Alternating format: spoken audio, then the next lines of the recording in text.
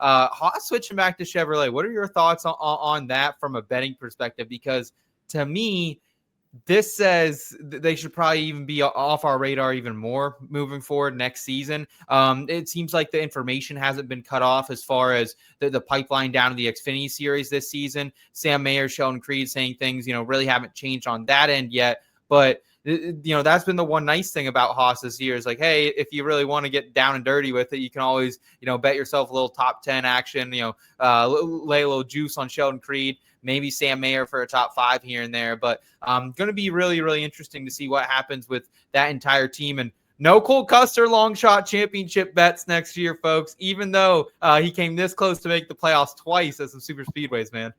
Yeah, I don't blame you for it, but I blame you more for when did you had the Custer top 10 at Darlington, I think. It was at Daytona I'd have given you a better shot. Yeah, it was sketchy. It was sketchy at best. That one I can't forgive you for. But in terms of Haas and how it changes for next year, it doesn't change the way I think of them betting at all. For the Cup Series side, with Cole Custer and Haas, it doesn't matter what manufacturer is in that car. They're still a D-level team at this point. They were heading back in that direction the last year and a half, 2 years of Stewart-Haas. They're a D-level team. They're not an F-level team. They're above Rick Ware for now. But they're a D-level team. They're somebody I'm only considering on the super speedways. And maybe if they go back to Kentucky, then I'll think about Cole Custer. On the Xfinity side, I mean, assuming right now it looks like they'll probably hold on to Mayer and Creed. Neither of those guys are manufacturer tied. They each came from a different manufacturer. Yeah. And Chevrolet to end up in those Fords. So they're guys that are probably going to stick around, and a couple of guys that are kind of in that same area as Sammy Smith, that they're prospect-ish enough to the point where they could definitely be considered for some Cup rides. It's just there has been, we're not back in 2010 anymore where it's Andy Lally and Kevin Conway running for Rookie of the Years.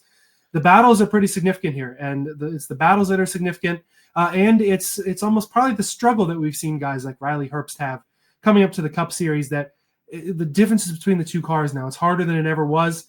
I feel like now we may be starting to see a few of these guys, whether by choice or by circumstance, not get rushed up to Cup seats, not get thrown into Cup seats, have these couple of years to develop at the Xfinity level, and I feel like they'll all be better drivers for it in the future, whether they get that Cup chance or whether they just be a Justin Allgaier type and go and run out in the Xfinity Series for a while. Yeah, I mean, it hasn't been a bad season by any means for Creed or Sam Mayer, like kind of what you expected so far, right? Like Creed, 5 top 5s, 12 top 10s, no wins, of course. The streak continues. Sam Mayer, he did get that win. Had some pretty competitive runs in some races earlier this season. At some tracks that Kyle Larson was at, and if Kyle Larson wasn't out there ripping the wall, that we might see Sam Mayer with another win or two. So I like what they've done, but they kind of have been someone. I mean, me, I bet Sheldon Creed, I think, twice this year, and he's had a top 5 car both times and just ends up either a car issue or a pit crew issue, or he does something dumb. So, I don't think I'll be betting Sheldon Creed anytime, but Sam Mayer next year, especially when you get some of these bushwhackers out of the series like Connor Zilic, which he's become very quickly. I think Sam Mayer has some really nice prospects for next season in the betting markets.